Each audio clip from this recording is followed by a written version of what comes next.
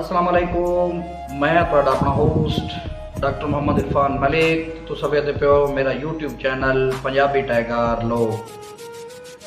ਤੇ ਅੱਜ ਸਾਨੂੰ ਸਪੈਸ਼ਲ ਫਰਮਾਇਸ਼ ਕੀਤੀ ਹੈ ਸਾਡੇ ਚੈਨਲ ਤੇ जनाब साढ़े प्यारे भाई, साढ़े प्यारे दोस्त, साढ़े प्यारे मोहसिन जनाब पाकिस्तान तो सरदार मलिक कैसर नुमान नथोका साहब वाल पाकिस्तान, उन्होंने स्पैशल फरमाइश ते जनाब चंद कीमती दौड़े, चंद कीमती गल्लां बिराद गोश गुजार।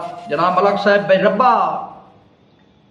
रब्बा भरम रखें, रब्बा भरम रखें, बड़े तकवे हिंद तैं साईं ते कदी सुन के चा मंजूर करें, दिती रखना जोर दुआई ते ना पेड़ दी हार दिमाए मौला करे गौर गरीब दी ढाई ते तेरी आस तेरा सही पा बांधा हाथ जुरब तो डाढ़े जाए ते जियो मलक साहब भाई किसे संग दिल बशर नु राट समझ के अल्लाह रासी संगत च गड्ढी, किसे बशर नू संग दिल राट समझ के अल्लाह रासी संगत च गड्ढी।